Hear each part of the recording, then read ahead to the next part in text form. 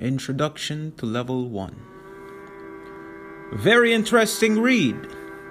Where did you get all this information from? Who told you about it, and who told the person who told you, and etc.? As in, where did all of it originate from? I was taught the ancient history of our people by the elders of my tribe. They have kept it in safe custody for many thousands of years and passed it from generation to generation through oral teachings and initiation.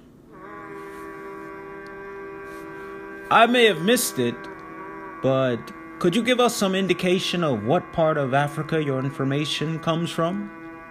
Some of it is very familiar. Other parts are completely foreign and don't seem to correlate with any indigenous spiritual system in Africa, of which I am aware of. You also spoke of initiations. To what, by whom, and of what lineage? I'm from the tribe called Botswana. My people live in different regions in southern Africa, in the countries of Malawi, Zambia, Zimbabwe, Angola, and Namibia, but mostly in South Africa and Botswana. Our language is called Setswana or Setswana. The elders that I mentioned are the custodians of secret knowledge in my tribe. This type of secret dissemination of knowledge exists in many other tribes throughout Africa. It originated, or rather became secret, in ancient Egypt 6,000 years ago. Before then, it was taught openly to all black people starting at childhood. You consider all of Botswana to be one tribe?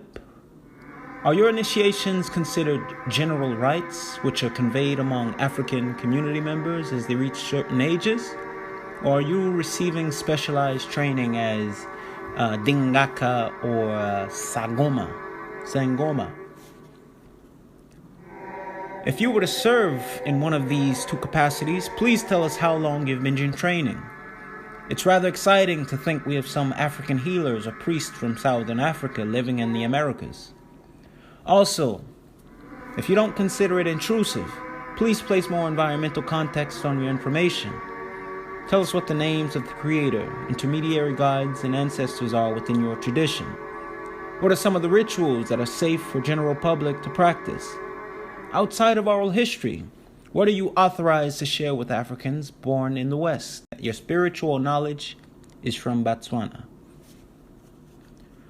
Our tribe of Botswana is divided into many smaller clans.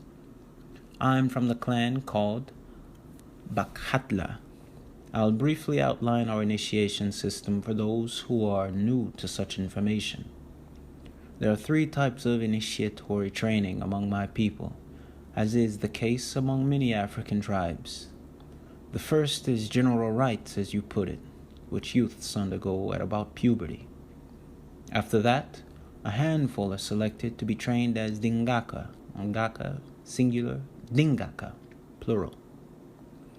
The term Sangoma belongs to the Zulu tribe and is not used amongst us, but it means the same thing, as you probably know. A second group, much smaller, is then selected at a later stage to be trained as griots. I am a griot, a tribal historian, and not an Ngaka. There are 2 types of griots. The first is called Moseki, or a memorizing griot, for lack of a better word.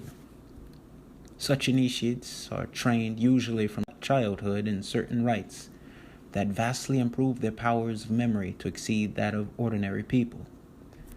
Then they are taught oral history and memorize it word for word, so they can transmit it to the following generation exactly as they received it.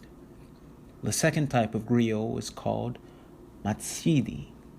This word is difficult to translate, but it effectively means one who lives with the ancestors. I am a Machidi.